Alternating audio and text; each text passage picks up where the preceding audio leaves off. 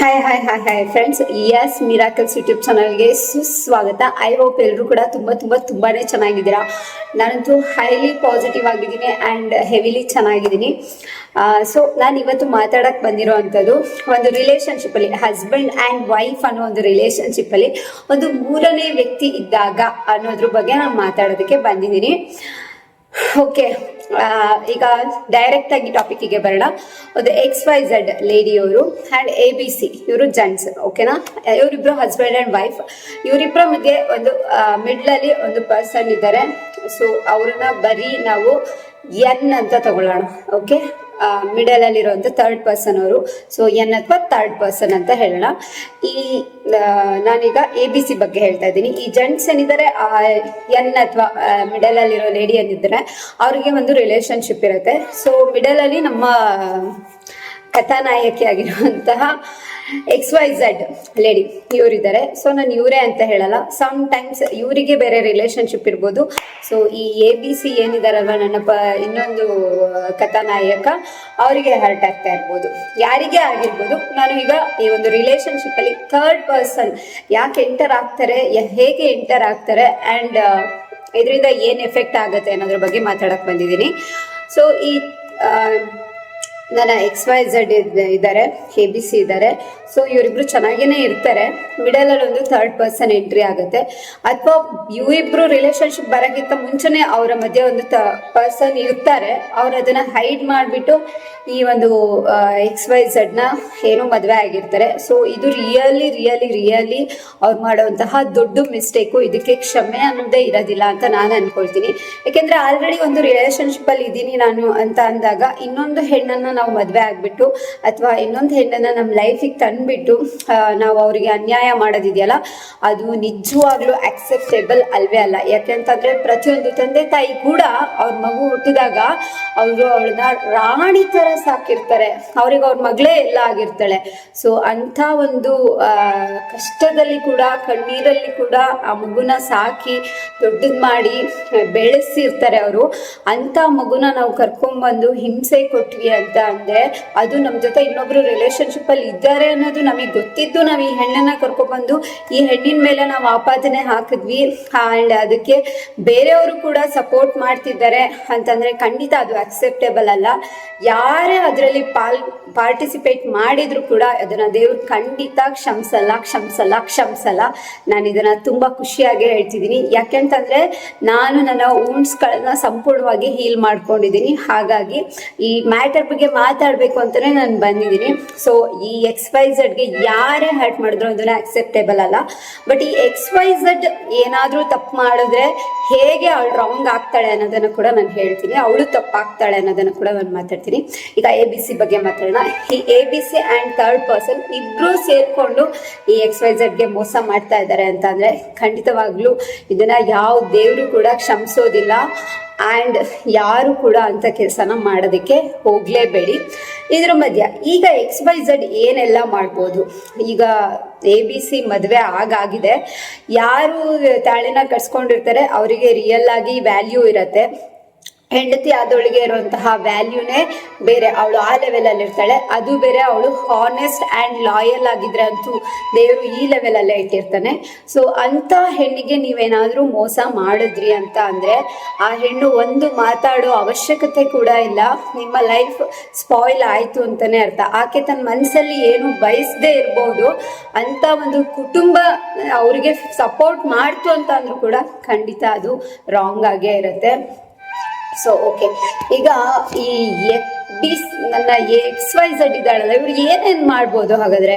ಒಂದು ಅವರಿಬ್ರನ್ನ ದೂರ ಮಾಡೋದಕ್ಕೆ ಅಂತ ಹೇಳಿ ಅವಳು ಏನೇನು ಪ್ರಯತ್ನ ಮಾಡ್ಬೋದು ಅನ್ನೋದಕ್ಕಿಂತ ಮುಂಚೆ ಈ XYZ ಕೂಡ ಸಮ್ಟೈಮ್ಸ್ XYZ ಜೊತೆ ABC ಕೂಡ ಸಮ್ಟೈಮ್ಸ್ ಚೆನ್ನಾಗೇ ಇರ್ತಾರೆ. ಬಟ್ ಆ ಕಡೆ ಒಂದು ಥರ್ಡ್ ಪರ್ಸನ್ ಇದ್ದಾರಲ್ವಾ, ಅವರಿಗೆ ಇವ್ರ ಮೇಲೆ ಇರೋಂತಹ ಅಟ್ರಾಕ್ಷನ್, XYZ ಮೇಲೆ ಇರೋಂತಹ ಅಟ್ರಾಕ್ಷನ್, ಅವರು ಇವ್ರನ್ನ ಏನೋ ತಮ್ಮ ವಶದಲ್ಲಿ ಇಟ್ಕೊಳ್ಳೋಕೆ ಮಾಡೋಂತಹ ಆಕ್ಟಿವಿಟೀಸ್ ಇರ್ಬೋದು.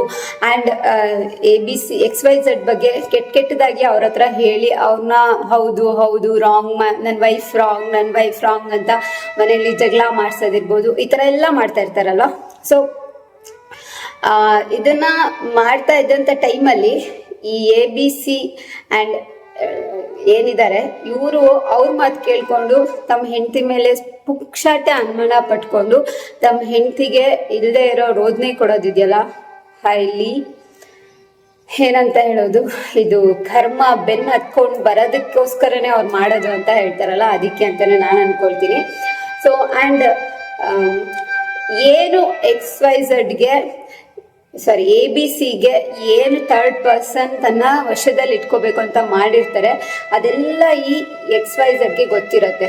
ಸೊ ಅವಳು ಸೈಲೆಂಟಾಗಿ ಬಂದ್ಬಿಟ್ಲು ಆ ರಿಲೇಶನ್ಶಿಪ್ಪಿಂದ ಹೊರಗೆ ಅಂದರೆ, ಆ್ಯಂಡ್ ಒಂದು ಮಾತಾಡದೆ ಬಂದ್ಬಿಟ್ಲು ಅಂದರೆ ನಿಜವಾಗ್ಲೂ ಶಿ ಈಸ್ ಗ್ರೇಟ್. ಆ್ಯಂಡ್ ಇವಳಿಗೆ ಯಾವುದೇ ಥರದ ಪ್ರಾಬ್ಲಮ್ ಯಾವ ಲೈಫಲ್ಲಿ ಕೂಡ ಬರೋದಿಲ್ಲ. ಅದೇ ಏನಾದರೂ ABC ಈ XYZ ಏನಾದರೂ ABC ನನಗೆ ಬೇಕು ಅಂತ ಹೇಳಿಬಿಟ್ಟು ಇವಳು ಏನಾದರೂ ಅದೇ ಥರ ಮಠ ಮಂತ್ರ ಮಾಡಿಸೋದಿರ್ಬೋದು, ಅಥವಾ ಯಾವ್ಯಾವುದೋ ದೇವಸ್ಥಾನಗಳಿಗೆ ಹೋಗಿ ಏನೇನೋ ಮಾಡಿಸ್ಕೊಂಬರೋದಿರ್ಬೋದು, ಅವರಿಬ್ಬರನ್ನ ಹಾಳು ಮಾಡಬೇಕು, ಅವಳು ಹಾಳಾಗೋಗ್ಲಿ, ಅಥವಾ ನನ್ನ ಹಸ್ಬೆಂಡ್ ಅವಳು ದೂರ ಮಾಡಲಿ ಅಂತ ಏನಾದರೂ ಮಾಡಿಸ್ಕೊಂಡು ಬಂದು ದೈವಿಕವಾಗಿ ಅಥವಾ ನೆಗೆಟಿವ್ ಆಗಿ ಅಂತ ಅಂದರೆ ಖಂಡಿತವಾಗಿ ಇವರಿಬ್ಬರಿಗಿಂತ ಮುಂಚೆ ಹೊಡ್ತಾ ಬೀಳೋದು ಇವಳಿಗೆ. ಆ್ಯಂಡ್ ಇವಳು 7 ಜನ್ಮ ಇರಲಿ, 100 ಜನ್ಮ ಹುಟ್ಟಿದ್ರು ಆ ಒಂದು ಯಾರೇ ಆಗಿರಲಿ ಮಾಟ ಮಂತ್ರ ಅಥವಾ ನೆಗೆಟಿವ್ ಎನರ್ಜಿನ ಮಾಡ್ಸಕ್ಕೆ ಹೋಗಿದ್ದಾರೆ, ಏನೋ ಒಂದು ಮಾಡ್ತಾ ಇದ್ದಾರೆ ಅಂದರೆ ಖಂಡಿತ ಅವಳು ಎಂಥ ರೈಟ್ ವೇದಲ್ಲಿದ್ರೂ ಕೂಡ ತನ್ನ ಗಂಡನಿಗೋಸ್ಕರ ಅಂತ ಕೂಡ ಅದು ಬರೋದಿಲ್ಲ. ಅದು ಖಂಡಿತ ರಾಂಗ್ ಆಗೇ ಇರುತ್ತೆ. ಅವಳು ಪ್ರತಿಯೊಂದು ಜನ್ಮದಲ್ಲೂ ಅನುಭವಿಸ್ತಾಳೆ. ಆಮೇಲೆ ಇದು ಕಲಿಯುಗ ಅಂತ ಹೇಳ್ತೀವಿ. ಇಲ್ಲಿ ನಾವು ಇಲ್ಲೇ ಮಾಡಿರೋದನ್ನ ಏನಂತ ಹೇಳ್ತೀವಿ, ಇಲ್ಲೇ ಡ್ರಾ ಇಲ್ಲೇ ಬಹುಮಾನ ಅಂತ ಹೇಳ್ತೀವಲ್ವಾ. ಸೊ ಆ ಥರ ಇವಳು ಕೂಡ ಅನುಭವಿಸ್ಬೇಕಾಗತ್ತೆ. ಹೌದು, ನಾನು ಖಂಡಿತ ಒಪ್ಕೊಳ್ತೀನಿ, ಇವಳಿಗೆ ತಾಳಿ ಕಟ್ಟಿರೋ ಗಂಡ ಆ್ಯಂಡ್ ಇವಳವನ್ನ ನಂಬ್ಕೊಂಡು ಬಂದಿದ್ದಾಳೆ. ಸೊ ಇವರಿಬ್ಬರ ರಿಲೇಶನ್ಶಿಪ್ ರಿಯಲ್ ಆಗಿ ನಿಜವಾಗಿರೋ ರಿಲೇಶನ್ಶಿಪ್. ಇದ್ರ ಮಧ್ಯೆ ಇನ್ನೊಂದು ಪರ್ಸನ್ ಬರೋದು ರಾಂಗ್ ಬಂದಿದ್ದಾರೆ, ಇವಳಿಗೆ ಮೋಸ ಆಗ್ತಿದೆ, ನಾನು ಒಪ್ಕೊಳ್ತೀನಿ. ಅದನ್ನ ಅವಳು ಒಂದು ಮಾತುಕತೆಯಲ್ಲಿ ಬಗೆಹರಿಸ್ಕೊಳ್ಳಿ. ಮಾತುಕತೆಯಲ್ಲಿ ಕೇಳಿಲ್ಲ ಅಂದಾಗ ಸ್ವಲ್ಪ ರ್ಯಾಶ್ ಆಗಿ ಮಾತಾಡ್ಬೋದು. ಎಲ್ಲರಿಗೂ ನನ್ನ ವಸ್ತು ಅನ್ನೋದೊಂದು ಆಸೆ ಇದ್ದೇ ಇರುತ್ತೆ. ಸೊ ಖಂಡಿತ, ಅಥವಾ ಫ್ಯಾಮಿಲಿಯವ್ರ ಜೊತೆ ಕೂತು ಮಾತಾಡೋದಿರ್ಬೋದು, ಎಲ್ಲಾನು ಮಾಡಿದ್ರು ಯೂಸ್ ಆಗಿಲ್ಲ ಅಂತ ಅಂದರೂ ಕೂಡ ನಾನು ಇವಳಿಗೆ ಹೇಳೋದು, XYZಗೆ ಹೇಳೋದು ಒಂದೇ ಮಾತು, ಯಾವತ್ತೂ ರಾಂಗ್ ವೇದಲ್ಲಿ ಹೋಗಬೇಡ, ಯಾವತ್ತೂ ಯಾರಿಗೂ ಕೆಟ್ಟದನ್ನ ಬಯಸಬೇಡ. ನಿನಗೆ ನೋವು ಮಾಡಿದ್ದಾರೆ ತಾನೆ, ಸೊ ಓಕೆ, ಆ ನೋವನ್ನು ಕೂಡ ಓಕೆ ಕ್ಷಮಿಸಿದ್ದೀನಿ ಅಂತ ಹೇಳ್ಬಿಟ್ಟು ಆ ರಿಲೇಶನ್ಶಿಪ್ಪಲ್ಲಿ ನಿನಗೆ ಇರೋಕ್ಕಾಗತ್ತಾ, ಇಲ್ವಾ, ಆ ರಿಲೇಶನ್ಶಿಪ್ಪಲ್ಲಿ ನಿನಗೆ ತುಂಬ ನೋವಾಗ್ತಾ ಇದೆ ಅಂತಂದರೆ ಖಂಡಿತ ಹೊರಗಡೆ ಬಂದ್ಬಿಡು. ನೀನು ಜೀವ ತೆಕ್ಕೊಳ್ಳೋ ಕೆಲಸ ಆಗಿರ್ಬೋದು, ಅಥವಾ ಇನ್ನೊಂದು ಮತ್ತೊಂದು ಮಗದೊಂದು ಯಾವ ಕೆಟ್ಟದ್ದನ್ನು ಮಾಡೋದಕ್ಕೆ ಹೋಗ್ಬೇಡ. ಸೊ ಮೇಲೊಬ್ನು ಇದ್ದಾನೆ, ನೋಡ್ಕೊಂತಿದ್ದಾನೆ. ಇದು ಒಂದು ಕಾರ್ಮಿಕ್ ರಿಲೇಶನ್ಶಿಪ್ ಅನ್ನೋದನ್ನ ಅರ್ಥ ಮಾಡ್ಕೊ. ಆ್ಯಂಡ್ ಒಂದು ಸತಿ ನೀನು ಅಲ್ಲಿಂದ ಹೊರಗಡೆ ಬಂದಮೇಲೆ ಆ ಕಡೆ ತಿರುಗಿ ನೋಡಬೇಡ. ಆ ನೋವು ನಿನ್ಗೇನಾಗಿತ್ತು ಅದನ್ನ ನೀನು ಊನ್ಸ್ನ ಹೀಲ್ ಮಾಡ್ಕೊಳ್ಳೋದಕ್ಕೆ ಟ್ರೈ ಮಾಡು ಅಂತ ಹೇಳ್ಬಿಟ್ಟು ನಾನು ಈ XYZಗೆ ಸಪೋರ್ಟ್ ಮಾಡೋದಕ್ಕೆ ಇಷ್ಟಪಡ್ತೀನಿ. ಹಾಗೇನೆ ಈ ಕಡೆ ಬಂದರೆ ಆಮೇಲೆ XYZ ನೀನು ಏನಾದರೂ ರಾಂಗ್ ವೇದಲ್ಲಿ ಹೋದೆ ಅಂದರೆ ಖಂಡಿತ ಅವರಿಗಿಂತ ಮುಂಚೆ ನಿನಗೆ ಪ್ರಾಬ್ಲಮ್ ಆಗುತ್ತೆ. ಸೊ ನೀನು ಆ ಕೆಲಸನ ಮಾಡೋಕ್ಕೆ ಹೋಗಬೇಡ. ನೀನು ಸೈಲೆಂಟಾಗಿದ್ಬಿಡು. ಅಲ್ಲೇ ಇರೋಕ್ಕಾಗತ್ತೆ ಅಂದ್ರೂ ಸೈಲೆಂಟಾಗಿರು, ಅಲ್ಲಿ ಇರೋಕ್ಕಾಗಲ್ಲ ಅಂತಂದ್ರೂ ಸೈಲೆಂಟಾಗಿ ಹೊರಗಡೆ ಬಾ. ಪ್ರಪಂಚ ತುಂಬಾ ವಿಶಾಲವಾಗಿದೆ, ನೀನು ಬದುಕೋದಕ್ಕೆ ದಾರಿ ಇದೆ ಅನ್ನೋದನ್ನ ನಾನು ಹೇಳ್ತೀನಿ. ಇನ್ನು ಇಲ್ಲಿ ಬರೋಣ, ABC and third person. So ನೀವು ಮಾಡ್ತಾ ಇರೋದು ಹೈಲಿ ರಾಂಗ್ ಆಗಿರುತ್ತೆ. ಒಂದು ರಿಲೇಶನ್ಶಿಪ್ಪಲ್ಲಿ ನೀವಿದ್ದು ಇನ್ನೊಂದನ್ನ ಮದುವೆ ಆಗಿರೋದೇ ವೆರಿ ಫಸ್ಟ್ ತಪ್ಪು. ಅಥವಾ ನೀವು ಮದುವೆ ಆದಮೇಲೆ ಈ ಒಂದು ರಿಲೇಶನ್ಶಿಪ್ನ ನೀವು ಕಟ್ ಮಾಡ್ಕೋಬೇಕಾಗಿತ್ತು. ಇದನ್ನು ನೀವು ಕಟ್ ಮಾಡ್ಕೊಳ್ಳಲ್ಲ. ಅಷ್ಟೇ ಅಲ್ಲದೆ ನೀವು ಆ ಕಡೆ ಯಾರನ್ನ ಮದುವೆ ಆಗಿರ್ತೀರ, ನಿಮ್ಮ ಎಲ್ಲ ತಪ್ಪುಗಳಿಗೆ ನೀವು ಅವಳನ್ನ ಸುಮ್ಮನೆ ಪುಕ್ಷಾಟೆ ಹೊಣೆ ಮಾಡ್ತಾ ಇದ್ದೀರಾ ಅಂದರೆ ಇದು ಯಾವುದು ಕೂಡ ಯಾರು ಕೂಡ ಅಕ್ಸೆಪ್ಟೇಬಲ್ ಅಲ್ಲ. ನಿಮ್ಮ ಎದುರುಗಡೆ ಜನ ಮಾತಾಡ್ತಾ ಇರ್ಬೋದು ಯು ಆರ್ ರೈಟ್ ಅಂತ ಹೇಳ್ಬಿಟ್ಟು, ಬಟ್ ನಿಮ್ಮ ಹಿಂದ್ಗಡೆನೂ ಜನ ಹೇಳ್ತಾರೆ. ಜನ ಹೇಳ್ದೇ ಇರಲಿ, ನಿಮ್ಮ ಮನಸ್ಸಾಕ್ಷಿನೇ ನಿಮ್ಮನ್ನ ಸಾಯಿಸ್ಬಿಡತ್ತೆ. ಯಾರು ಇಂಥ ಕೆಲಸ ಮಾಡಕ್ಕೆ ಹೋಗಬೇಡಿ. ಆ್ಯಂಡ್ ಈ ಥರ್ಡ್ ಪರ್ಸನ್ಗೆ ನಾನು ಹೇಳೋದೇನು ಅಂದರೆ, ವೆರಿ ಫಸ್ಟ್ ಥರ್ಡ್ ಪರ್ಸನ್ ಆಗಿ ನೀವು ಹೋಗಿರೋದೇ ತಪ್ಪು. ಹೋದ್ಮೇಲೆ ಅವ್ರನ್ನ ಉಳಿಸ್ಕೊಳ್ಳೋದಕ್ಕೆ ಅವ್ರು ವೆರಿ ಫಸ್ಟ್ ಬೇರೆ ಮದುವೆ ಆಗದೆ ಇರೋ ಥರ ನೀವು ನೋಡ್ಕೋಬೇಕಿತ್ತು. ಅಥವಾ ಅವ್ರ ಮದುವೆ ಆದ್ಮೇಲಾದರೂ ಅಟ್ಲೀಸ್ಟ್ ನೀವು ಅದನ್ನು ಕಟ್ ಮಾಡಬೇಕಿತ್ತು. ಕಟ್ ಮಾಡಿಲ್ಲ ಅಂದರೆ ಇಲ್ಲಿ ನೀವು ಅನುಭವಿಸೋದಿದೆಯಲ್ಲ, ಇದನ್ನ ಇಲ್ಲಿ ಇನ್ಯಾರು ಜಾಸ್ತಿ ಅನುಭವಿಸಲ್ಲ, ನೀವೇ ಜಾಸ್ತಿ ಅನುಭವಿಸೋದು. ಸೊ ಇಂಥ ಕೆಲಸಗಳನ್ನು ಮಾಡೋದಕ್ಕೆ ಯಾರು ಕೂಡ ಹೋಗ್ಬೇಡಿ. ಆ್ಯಂಡ್ ಈ ಕಡೆ ನಾನು XYZ ಹೇಳೋದೇನೆಂದರೆ, ಒಂದು ಸತಿ ನೀನು ಒಂದು ರಿಲೇಷನ್ಶಿಪ್ಪಿಂದ ಹೊರಗೆ ಬಂದಮೇಲೆ ನಿನ್ಗೇನೋ ನೆಮ್ಮದಿ ಸಿಕ್ಕಿಲ್ಲ, ಇನ್ನೇನೋ ಆಯಿತು ಅಂತ ನೀನು ಇನ್ನೊಂದು ಸಂಸಾರನ ಹಾಳು ಮಾಡೋದಕ್ಕೆ ಖಂಡಿತ ಹೋಗಬೇಡ. ರೈಟ್ ವೇದಲ್ಲಿ ಹೋಗು. ಪ್ರಪಂಚದಲ್ಲಿ ಬೇಕಾದಷ್ಟು ದಾರಿ ಇದೆ ರೈಟ್ ವೇದಲ್ಲಿ ಹೋಗೋದಕ್ಕೆ. ಸೊ ನಿಮಗೆ ಖಂಡಿತವಾಗ್ಲೂ ಒಳ್ಳೇದಾಗತ್ತೆ. ಆ ದೇವಿ ಅಥವಾ ಆ ದೇವರು ನಿನ್ನ ಜೊತೆ ಸದಾ ಇರ್ತಾರೆ. ನಮ್ಮ ಯೂನಿವರ್ಸ್ ಸದಾ ನಮ್ಮ ಜೊತೆ ನಮಗೆ ಬೆಳಕಾಗಿರ್ತಾರೆ. ಅದು ಯಾವುದೋ ಒಂದು ಕಾರ್ಮಿಕ್ ರಿಲೇಷನ್ಶಿಪ್ ಆಗಿತ್ತು ಅಂತ ಎಷ್ಟಾದರೂ ಕಷ್ಟಪಟ್ಟು ಅದರಿಂದ ಹೊರಗಡೆ ಬಂದ್ಬಿಡು ಒಂದ್ಸಲ. ಸೊ ನಿನ್ನ ಲೈಫು ಬೇರೆನೇ ಒಂದು ಲೋಕನ ತೋರಿಸ್ಕೊಡತ್ತೆ ನಿನಗೆ. ಓಕೆ, ಆಮೇಲೆ ಯಾವುದೇ ಕಾರಣಕ್ಕೂ ನಾನು ಹೊರಗಡೆ ಬಂದರೆ ಪ್ರಪಂಚ ಏನು ಅನ್ಕೊಳ್ಳುತ್ತೆ ಅಂತ ಖಂಡಿತ ಥಿಂಕ್ ಮಾಡಬೇಡ. ಯಾಕೆಂತಂದರೆ ಪ್ರಪಂಚ ನಿನಗೆ ಊಟಕ್ಕಿಲ್ಲ ಅಂದರೆ ಊಟ ಕೊಡಲ್ಲ. ನಿನಗೆ ಯಾವುದೋ ಒಂದು ಮನೆ ಬಾಡಿಗೆ ರೆಂಟ್ ಕಟ್ಟಬೇಕು ಅಂತಂದಾಗ ರೆಂಟ್ನ ಬಂದು ಪ್ರಪಂಚ ಕಟ್ಟಲ್ಲ. ನಿನ್ನ ಹೆಲ್ತ್ ಇಶ್ಯೂಸ್ ಆಗಿದೆ ಅಂದರೆ ಪ್ರಪಂಚ ಬಂದುಬಿಟ್ಟು ನಿನಗೆ ದುಡ್ಡು ಕೊಡಲ್ಲ. ನಿನಗೆ ಏನೋ ಒಂದು ಆಗ್ತಾ ಇದೆ, ನಿನಗೇನೋ ಒಂದು ನೋವಾಗಿದೆ ಅಂತಂದರೆ ಪ್ರಪಂಚ ಖಂಡಿತ ನಿನಗೆ ಬಂದುಬಿಟ್ಟು ಒಳ್ಳೇದು ಮಾಡಲ್ಲ. ನಿನಗೆ ನೀನೇ ಬಿಟ್ಟರೆ ಬೇರೆ ಇನ್ನೊಬ್ರು ಯಾವತ್ತೂ ಇಲ್ಲ. ಸೊ ಎಲ್ಲರೂ ಕೂಡ ನೆನ್ಪಿಟ್ಕೊಳ್ಳಿ, ನಮಗೆ ನಾವೇ. ಸೊ ನಮ್ಮ ಪ್ರೊಟೆಕ್ಷನ್ನ ನಾವೇ ಮಾಡ್ಕೊಬೇಕು. ನಮ್ಮ ಲೈಫ್ ದೇವ್ರು ಕೊಟ್ಟಿರುವಂತಹ ಈ ಲೈಫ್ನ ನಾವು ಸ್ಪಾಯ್ಲ್ ಮಾಡ್ಕೋಬೇಕು ಅಂತ ಎಷ್ಟೋ ಸಲ ಅನ್ಕೊಳ್ತೀವಿ ಇಂಥ ರಿಲೇಷನ್ಶಿಪ್ ಎಲ್ಲ ಈ ಥರ ಇಶ್ಯೂ ಆದಾಗ. ಯಾಕೆಂದರೆ ನಾವು ತುಂಬ ಅವ್ರಿಗೆ ಅಟ್ಯಾಚ್ ಆಗಿಬಿಟ್ಟಿರ್ತೀವಿ, ಹಚ್ಕೊಂಡಿರ್ತೀವಿ. ನಮ್ಮವರು ಅನ್ನೋ ಒಂದು ಫೀಲಿಂಗ್ ಎಲ್ಲರಿಗೂ ಇದ್ದೇ ಇರುತ್ತೆ. ಸೊ ಆ ಟೈಮಲ್ಲಿ ನೋವಾಗೋದು ಸಹಜ ಅಲ್ಲ, ತುಂಬ ಸಹಜ. ಓಕೆ, ಸೊ ಹಾಗಂತ ಹೇಳಿ ನಮ್ಮ ಜೀವನ ತೆಕ್ಕೊಳ್ಳೋದು ಸರಿಯಲ್ಲ. ನನಗೂ ಇದು ರಿಯಲೈಸ್ ಆಗಿದೆ. ಸೊ ಆ ಥರ ಮಾಡೋದು ಯಾವತ್ತೂ ಸರಿಯಲ್ಲ.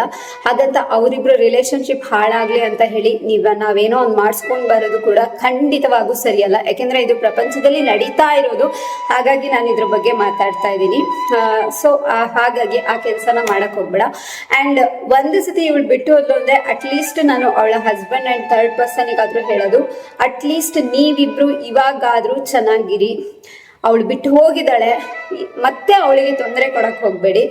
ಆ್ಯಂಡ್ ಮತ್ತೊಂದು ಹೆಣ್ಣನ್ನು ಮತ್ತೆ ತಗೊಬಂದು ಅವಳ ಬದಲಿಗೆ ಇನ್ನೊಂದು ಹೆಣ್ಣನ್ನು ತಂದುಬಿಟ್ಟು ಅವಳಿಗೂ ಮೋಸನ ಖಂಡಿತವಾಗ್ಲೂ ಮಾಡಬೇಡಿ. ಖಂಡಿತವಾಗ್ಲೂ ಇದು ಅಕ್ಸೆಪ್ಟೇಬಲ್ ಅಲ್ಲ ಅಲ್ಲ ಅಲ್ಲ. ನನ್ನ ಪ್ರಕಾರ ಅಲ್ಲ, ದೇವ್ರ ಪ್ರಕಾರ ನಾನು ಮಾತಾಡ್ತಾ ಇದ್ದೀನಿ, ಯೂನಿವರ್ಸ್ನ ಪ್ರಕಾರ ನಾನು ಮಾತಾಡ್ತಾ ಇದ್ದೀನಿ. ಒಂದು ಮನಸ್ಸಿಗೆ ನೋವು ಮಾಡೋದಿದೆ ಅಲ್ಲ, ಒಂದು ಸೆಲ್ಫಿಗೆ ನಾವು ನೋವು ಮಾಡೋದಿದೆ ಅಲ್ಲ, ಅದು ಅಷ್ಟು ಏನಂತ ಹೇಳ್ಬೋದು ನಾವು, ಅದರಂಥ ಹಿಂಸೆ ಮತ್ತೊಂದಿಲ್ಲ ಅಂತ ಹೇಳ್ತೀನಿ. ಯಾವತ್ತೂ ನಾನು ಎಲ್ರಿಗೂ ಹೇಳೋದು, ಯಾರ ಲೈಫಿಗೂ ದಯವಿಟ್ಟು ಹೋಗ್ಬೇಡಿ, ಎಂಟರ್ ಆಗಬೇಡಿ. ಎಂಟರ್ ಆಗ್ತೀರಾ ಆದರೆ ನಿಮ್ಮ ಕೈಲಿ ಆ ಎರಡು ಹಸ್ಬೆಂಡ್ ಆ್ಯಂಡ್ ವೈಫ್ನ ರಿಲೇಷನ್ಶಿಪ್ನ ಚೆನ್ನಾಗಿ ಮಾಡೋಕ್ಕೆ ನಿಮ್ಮ ಕೈಲಿ ಪಾಸಿಬಿಲಿಟೀಸ್ ಇದೆಯಾ, ಆ ದಾರಿಯಲ್ಲಿ ಖಂಡಿತ ಹೋಗಿ ಅದನ್ನು ಮಾಡಿ. ಅದನ್ನು ಬಿಟ್ಬಿಟ್ಟು ಆ ರಿಲೇಷನ್ಶಿಪ್ನ ಹಾಳು ಮಾಡೋಕ್ಕೆ, ನಾನು ಬರೀ ಇಲ್ಲಿ ಥರ್ಡ್ ಪರ್ಸನ್ ಅಂದಾಗ ಒಂದು ಹೆಣ್ಣು ಅಂತಲೇ ಹೇಳ್ತಾ ಇಲ್ಲ, ಒಂದು ರಿಲೇಷನ್ಶಿಪ್ ಅಂತ ಬಂದಾಗ ಗಂಡು ಹೆಣ್ಣು ಅಂತ ಹೇಳ್ತಾರೆ, ಅದನ್ನು ಹೇಳಿದ್ದೀನಿ. ಅದನ್ನು ಬಿಟ್ಟು ಇನ್ನೂ ಇರ್ತಾರೆ, ಅವ್ರ ಫ್ರೆಂಡ್ ಸರ್ಕಲ್ ಇರ್ತಾರೆ ಅಥವಾ ಬೇರೆಯವರು ಇರ್ತಾರೆ. ಕೆಲವರಿಗೆ ಆ ಥರ ರಿಲೇಷನ್ಶಿಪ್ ಇರೋದಿಲ್ಲ, ಫ್ರೆಂಡ್ಸ್ ಅನ್ನೋ ಸರ್ಕಲ್ ಇರುತ್ತೆ. ಆ ಥರ ರಿಲೇಷನ್ಶಿಪ್ಪಲ್ಲಿರೋರು ಕೂಡ ಈ ಥರ ಮಾಡ್ತಾರೆ. ನಿನ್ನ ಹೆಂಡತಿ ಹಾಗೆ, ನಿನ್ನ ಹೆಂಡತಿ ಹೀಗೆ, ನಿನ್ನ ಹತ್ರ ಮನೆ ಇಲ್ಲ, ಮನೆ ಕಟ್ಟು, ಏನೇನೋ ಅವ್ರ ಹತ್ರ ಆ ಟೈಮಲ್ಲಿ ಪಾಸಿಬಿಲಿಟೀಸ್ ಇರಲ್ಲ. ಸೊ ಅವ್ರಿಗೆ ಕೊಡೋ ಪ್ರೆಷರಿಗೆ ಅವ್ರ ಮನೆಗೆ ಬಂದುಬಿಟ್ಟು ಹೆಂಡತಿಗೆ ಟಾರ್ಚರ್ ಕೊಡೋದಕ್ಕೆ ಸ್ಟಾರ್ಟ್ ಮಾಡ್ತಾರೆ. ನನಗದು ಬೇಕು, ನನಗಿದು ಬೇಕು. ಇದರಿಂದ ಕೂಡ ರಿಲೇಷನ್ಶಿಪ್ ಹಾಳಾಗುತ್ತೆ. ಸೊ ಪ್ರತಿಯೊಬ್ಬರಿಗೂ ನಾನು ಹೇಳೋದೇನಪ್ಪ ಅಂತಂದರೆ, ಯಾವತ್ತೂ ಒಂದು ಗಂಡ ಹೆಂಡತಿ ಮಧ್ಯೆ ಹೋಗಬೇಡಿ.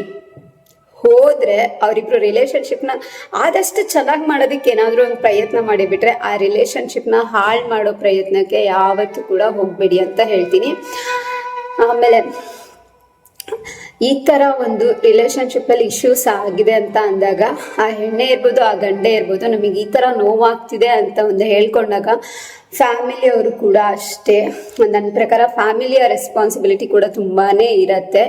ಅಲ್ಲಿ ನಾವು ಇಂಪಾರ್ಟೆಂಟ್ ಆಗಿರ್ತೀವೋ ಆಗಿರಲ್ವೋ ಅದು ಸೆಕೆಂಡ್ರಿ. ಮೀನ್ಸ್ ಫ್ಯಾಮಿಲಿಯವ್ರು ಇಂಪಾರ್ಟೆಂಟ್ ಆಗಿರ್ತಾರೋ ಆಗಲ್ವೋ ಅದು ಸೆಕೆಂಡರಿ. ಆದರೆ ಫ್ಯಾಮಿಲಿ ಹತ್ರ ಅವರು ಬಂದಾಗ ದಯವಿಟ್ಟು ಸತ್ಯ ಯಾವ ಕಡೆ ಇದೆ ಆ ಕಡೆ ನೀವು ಸಪೋರ್ಟ್ ಮಾಡಿ. ಯಾಕೆಂತಂದರೆ ಫ್ಯಾಮಿಲಿ ಅನ್ನೋದು ಇರೋದೇನೆ ಒಂದು, ತನ್ನ ಫ್ಯಾಮಿಲಿಗೆ ಬಂದಿರೋ ಪ್ರತಿಯೊಂದು ಹೆಣ್ಣು ಕೂಡ ಅವಳೊಂದು ನನ್ನ ಪ್ರಕಾರ ಹೆಣ್ಣು ಅಂದರೆ ನಾನು ಹೆಣ್ಣು ಅನ್ನೋ ಮಾತಿಗೆ ಹೇಳ್ತಾ ಇಲ್ಲ. ಹೆಣ್ಣು ಅಂದರೆ ಒಂದು ಶಕ್ತಿ, ಹೆಣ್ಣು ಅಂದ್ರೇ ದೇವಿ. ಆಕೆಗೆ ನಮ್ಮ ಫ್ಯಾಮಿಲಿಯಿಂದ ಏನಾದರೂ ನೋವಾಯಿತು, ಆಕೆ ತಪ್ಪು ಮಾಡ್ದೇನೆ ಅವಳಿಗೆ ಏನಾದರೂ ನೋವಾಯಿತು ಅಂದರೆ ಅದು ಎಲ್ರಿಗೂ ಕೂಡ ಬಿಡದೆ ಕಾಡುತ್ತೆ, ಅವ್ರ ಮನಸ್ಸನ್ನ ಕಾಡಿ ಇಡುತ್ತೆ. ಇವತ್ತು ನನಗೆ ಕಾಡ್ತಾ ಇಲ್ಲ, ನನ್ನ ಪ್ರಕಾರ ಅವಳೇ ತಪ್ಪು ಅಂತ ನಾನು ಹೇಳೋದು ತುಂಬಾ ಈಸಿ, ಬಟ್ ಒಂದಲ್ಲ ಒಂದು ದಿನ ಅದು ಕಾಡುತ್ತೆ. ದಯವಿಟ್ಟು ಅಂಥ ಕೆಲಸಗಳನ್ನ ಮಾಡೋಕ್ಕೆ ಯಾರು ಹೋಗಬೇಡಿ, ಅರ್ಥ ಮಾಡ್ಕೊಳ್ಳಿ ಅವರ ನೋವನ್ನು ಕೂಡ. ಯಾರು ಕೂಡ ಸುಮ್ಮನೆ ನನಗೆ ಗೊತ್ತಿರೋ ಹಾಗೆ ಯಾವತ್ತು ಗಂಡನ ಬಗ್ಗೆ ಒಂದು ಹೆಂಡತಿ ಸುಮ್ಮನೆ ಆಪಾದನೆನ ಮಾಡೋದಿಲ್ಲ. ನನಗೆ ಗೊತ್ತಿಲ್ಲ, ನಾನು ಇರೋ ರೀತಿನ ನಾನು ಹೇಳ್ತಾ ಇದ್ದೀನಿ. ಸೊ ಯಾವ ಹೆಂಡತಿ ಕೂಡ ತನ್ನ ಗಂಡನ ಬಗ್ಗೆ ಆ ಥರ ಮಾಡೋದಕ್ಕೆ ಸಾಧ್ಯ ಇಲ್ಲ ಅಂತ. ನಾನು ಈ ವಿಷಯ ಎಲ್ಲ ಏನಕ್ಕೆ ಹೇಳ್ತಾ ಇದ್ದೀನಪ್ಪ ಅಂದರೆ, ಪ್ರಪಂಚದಲ್ಲಿ ಈಗ ನಡೀತಾ ಇರೋ ರೀತಿಗಳು ಈ ಥರ, ಅದಕ್ಕೋಸ್ಕರ ನಾನು ಈ ವಿಷಯದ ಬಗ್ಗೆ ಮಾತಾಡಿದೆ ಅಷ್ಟೇ. ಏನಾದರೂ ತಪ್ಪಾಗಿದ್ದರೆ ಸಾರಿ, ಬಟ್ ಯಾವತ್ತೂ ಕೂಡ ಥರ್ಡ್ ಪರ್ಸನಿಗೆ ನಾನು ಹೇಳೋದು ಅಷ್ಟೇ, ದಯವಿಟ್ಟು ಯಾರ ಒಂದು ಫ್ಯಾಮಿಲಿಯಲ್ಲಿ ಏನನ್ನು ಹಾಳು ಮಾಡೋದಕ್ಕೆ ಹೋಗಬೇಡಿ. ನಿಮ್ಮ ಥರನೇ ಅವರು ಕೂಡ ಒಂದು ಹೆಣ್ಣು ಅನ್ನೋದನ್ನ ಅರ್ಥ ಮಾಡ್ಕೊಳ್ಳಿ. ಆದಷ್ಟು ಎಲ್ಲರೂ ಕೂಡ ಒಳ್ಳೆ ದಾರಿಯಲ್ಲಿ ಹೋಗೋದಕ್ಕೆ ಪ್ರಯತ್ನ ಪಡಿ. ಇದು ಕಲಿಯುಗ, ನಾನು ಹೇಳಿದೆ, ನಾವು ಮಾಡಿರೋ ಪಾಪ ನಮ್ಮ ಬೆನ್ನ ಹಿಂದೆನೇ ಬರ್ತಾ ಇರುತ್ತೆ. ಇಫ್ ಇಟ್ ಈಸ್ ಪುಣ್ಯ, ಅದು ಕೂಡ ನಮ್ಮ ಬೆನ್ನ ಹಿಂದೆನೇ ಬರ್ತಾ ಇರುತ್ತೆ. ಹಾಗೆ ಸೊ ಒಳ್ಳೆ ರೀತಿಯಲ್ಲಿ ನಡ್ಕೊಳ್ಳಿ, ಒಳ್ಳೆ ಪುಣ್ಯಗಳನ್ನ ಕಟ್ಕೊಳ್ಳಿ. ಸೊ ಒಳ್ಳೆ ಎನರ್ಜಿಗಳನ್ನ ಗ್ರ್ಯಾಬ್ ಮಾಡ್ಕೊಳ್ಳಿ, ಯಾವಾಗಲೂ ಹ್ಯಾಪಿಯಾಗಿರಿ, ಪಾಸಿಟಿವಿಟಿನ ಸ್ಪ್ರೆಡ್ ಮಾಡಿ ಅಂತ ಹೇಳೋದಕ್ಕೆ ಇಷ್ಟಪಡ್ತೀನಿ. ಆ್ಯಂಡ್ ನಾನು ಇದನ್ನು ಹೇಳೇ ಇಲ್ಲ ಅಂತ ಬೇಜಾರು ಮಾಡ್ಕೊಬಿಡಿ. XYZ ನೀವು ಮಾಡಿರೋ ಪಾಪ ಇದೆಯಲ್ವಾ, ಆ ಥರ್ಡ್ ಪರ್ಸನ್ನೂ ಇಟ್ಕೊಂಡು ಈ ಕಡೆ ಇನ್ನೊಂದು ರಾಜ್ಕುಮಾರಿನೂ ತಂದ್ಬಿಟ್ಟು ಅವಳಿಗೂ ನೋವು ಮಾಡೋದಿದೆ ಅಲ್ಲ, ನೀವು ಮಾಡುವಂತಹ ಘೋರವಾದ ಪಾಪ ಇದು ಅಂತ ನಾನು ಹೇಳೋದಕ್ಕೆ ಇಷ್ಟಪಡ್ತೀನಿ. ಯಾರಿಗೆ? ಈ ಹಸ್ಬೆಂಡ್ಗೆ, ಸಾರಿ XYZ ಅಲ್ಲ, ABCಗೆ ನಾನು ಹೇಳ್ತಾ ಇರೋದು, ಹಸ್ಬೆಂಡಿಗೆ ನಾನು ಹೇಳ್ತಾ ಇರೋದು. ದಯವಿಟ್ಟು ಅಂಥ ಕೆಲಸನ ಯಾವತ್ತೂ ಮಾಡಬೇಡಿ. ಒಂದು ಹೆಣ್ಣು ನಿಮ್ಮನ್ನೇ ನಂಬ್ಕೊಂಡು ಅವಳ ತವ್ರ ಮನೆ ಎಲ್ಲಾನು ಅವಳು ಬಿಟ್ಟು ಬಂದಿರ್ತಾಳೆ. ಸೊ ಆ ಒಂದು ಹೆಣ್ಣಿಗೆ ರೆಸ್ಪೆಕ್ಟ್ನ ಕೊಡಿ ಅನ್ನೋದಕ್ಕೆ ಅಂತ ನಾನು ಹೇಳ್ತೀನಿ.